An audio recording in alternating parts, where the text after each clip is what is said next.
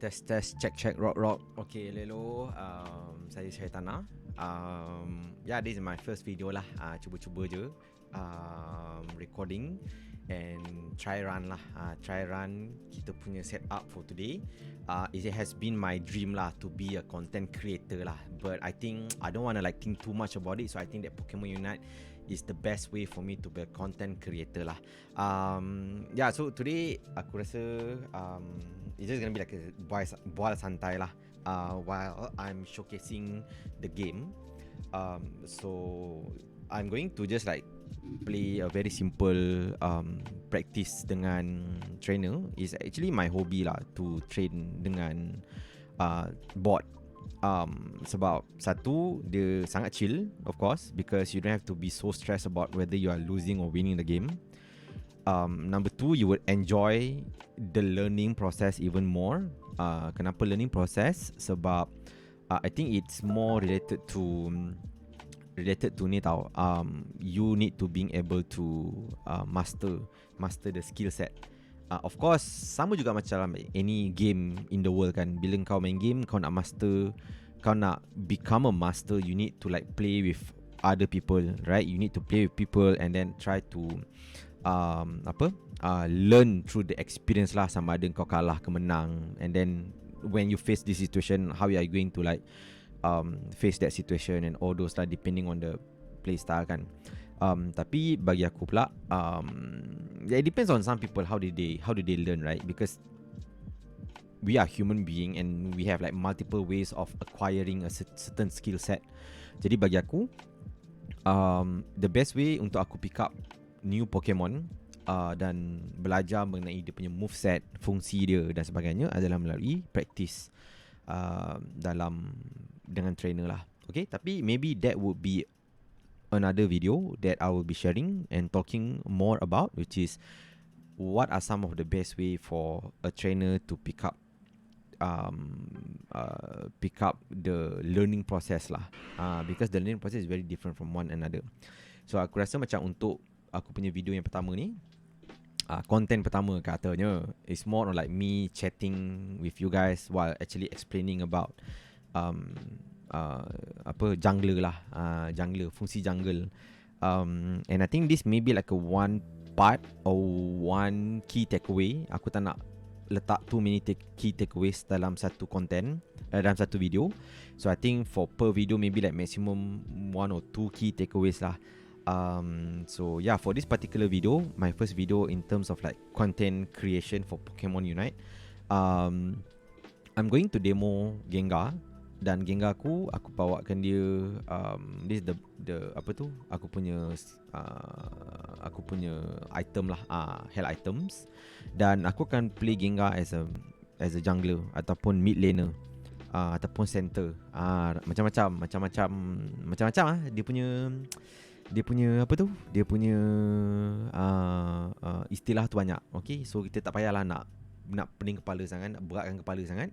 Tapi rata-rata rasanya ramai orang tahulah apa itu top lane, bottom lane and center kan.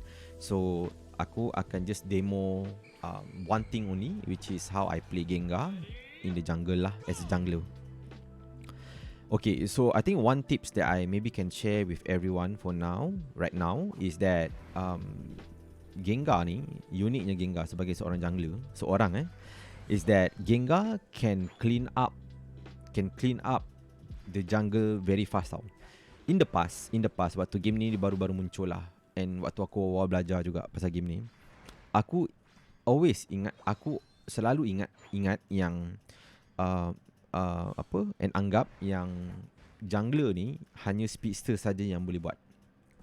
But there's a logic into it. Okay, there's a logic into it. But when you understand the logic, you may be able to understand and maybe like figure out and be creative as well bila korang main game ni, iaitu siapa lagi yang boleh pergi tengah, right? So yeah, so that's why like when in the past I always thought only speedster yang boleh pergi jungle. Sebab kenapa?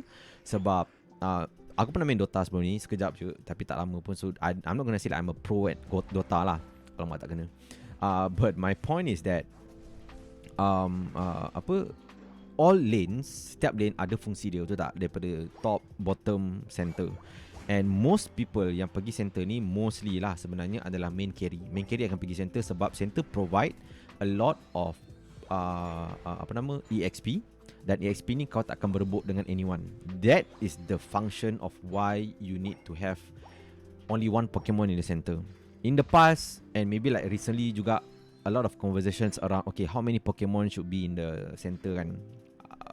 Depends on strategy lah. I know that Japanese punya strategi current meta, some team diorang do split jungle where top lane dengan bottom lane diorang pecah dua. No one akan ambil jungle.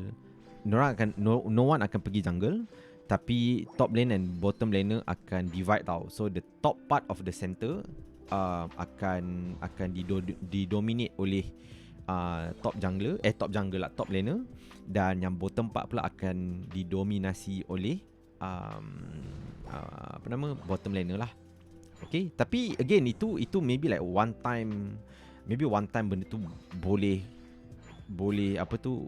the strategy would work lah. And I wouldn't say like it's not a good strategy. I think it's not fair to say so.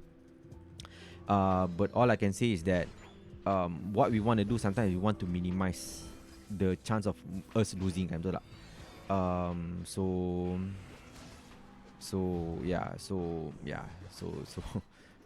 I was focusing on killing them.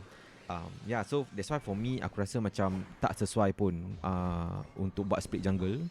I thought it was a good idea, especially when now we have Espion dengan Selvion. Tapi I won't advise to do so lah. Kalau engkau nak jungle, kau better jungle sampai end of the game. Jangan like okay jungle sekejap, lepas tu okay I'm gonna leave this to the rest of you to do it. Tak boleh. Kenapa? Kenapa? Aku akan beritahu sekejap lagi lah. Tapi come back to my point earlier, right? In the past, I thought that tugas jungler ni hanya apa ni? Hanya ni je boleh buat. Speedster saja yang boleh buat jungle. Yang lain just stay on the lane. Tapi turns out I was like dead wrong. Okay, I was like dead wrong. So let me. Aku rasa better aku lagi. I was dead wrong. Let's understand the logic first lah, of why I thought that Speedster, and maybe generally when this game was created, was developed, maybe Speedster pada awalnya dalam manual somewhere was created for jungling. The reason is sebab Speedster has, for me lah, has the highest damage. Can give the highest damage to the enemy, and then and not only to the enemy lah, but more of like diorang boleh inflict a lot of damage, and at the same time they are very fast.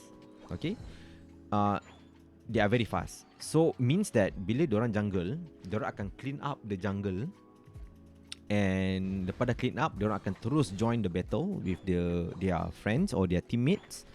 Lepas tu masuk jungle balik.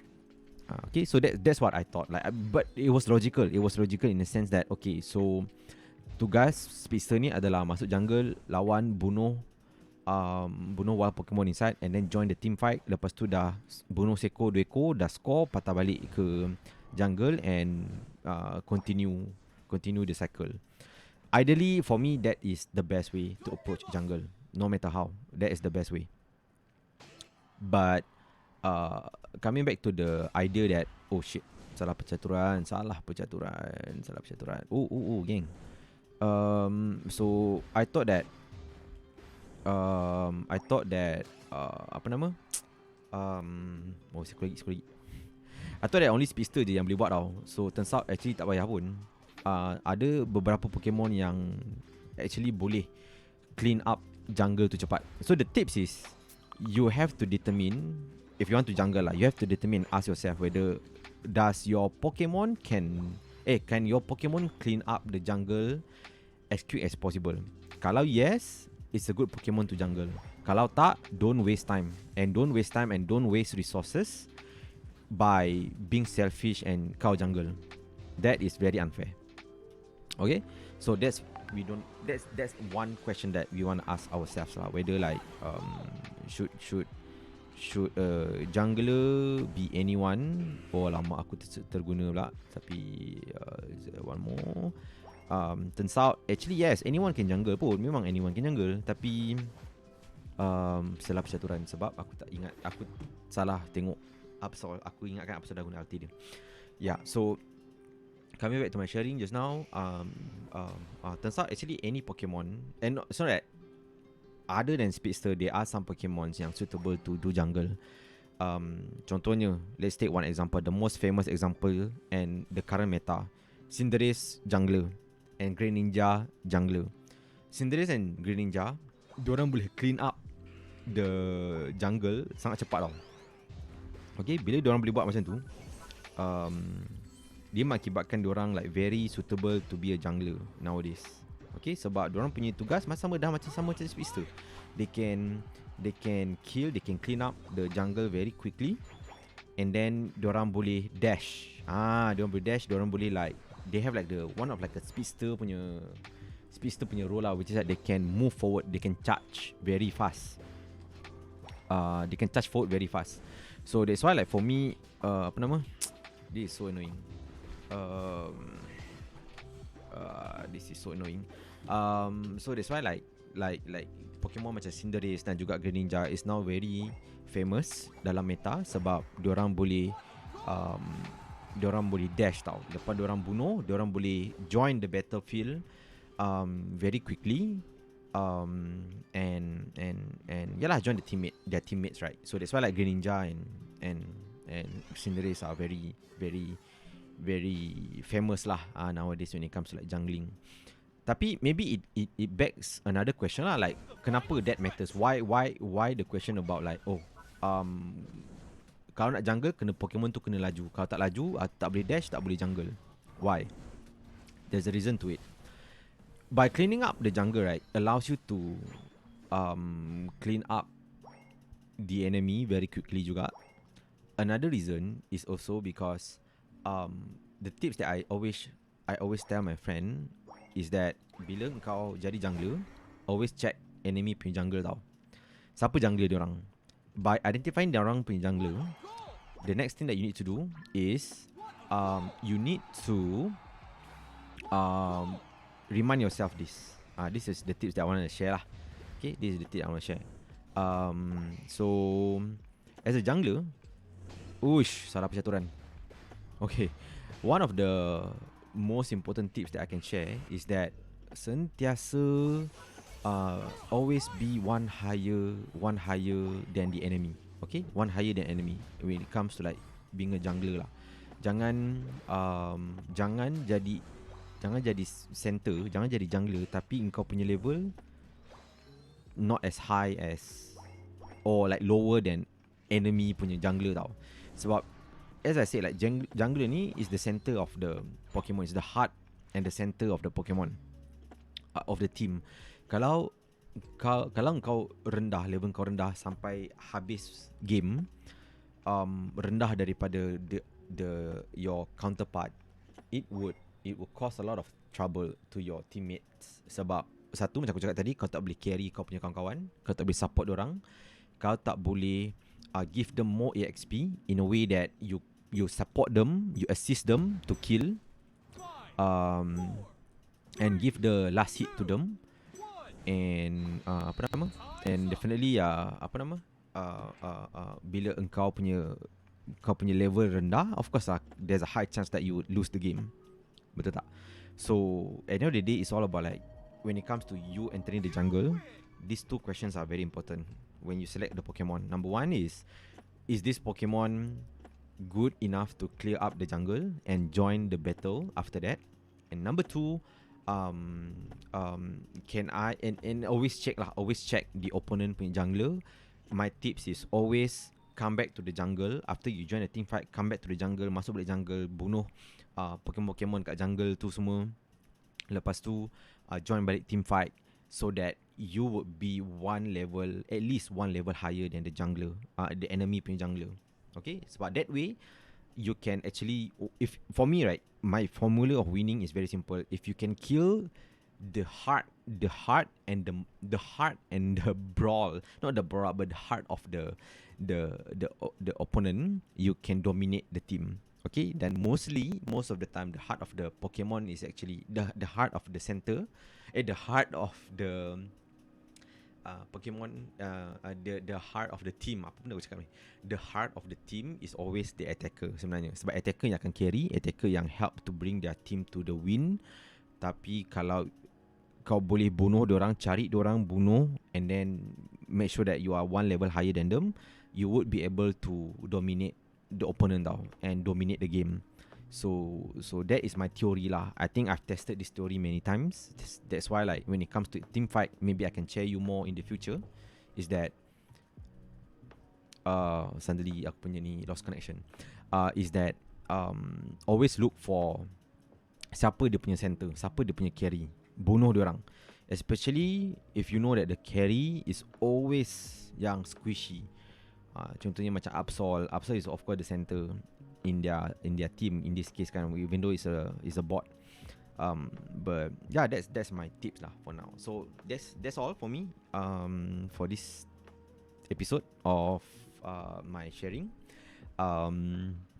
Yeah, there are 2 takeaways from here when it comes to like jungling. Number 1, ask yourself whether your Pokemon can clear up the jungle as possible or not and join the team fight. And number 2, very importantly, to remind yourself that always refer to the level punya panduan tau. The current progress, the current, aku tak tahu lah, is it analytics? I'm not sure what we call it, but always be aware of who's the opponent punya jungler and make sure that you are at least one level higher than them. Okay, so I think that is all for the first episode. I hope you guys enjoy and learn something new from this simple video. And yeah, if you have anything to share, any thoughts to share with me, feel free to share in the comment section. Give your feedback, and don't forget to subscribe, and of course click the like button. I can't believe that I'm now saying those things, but yeah, thank you so much for supporting, and see you guys in the next one.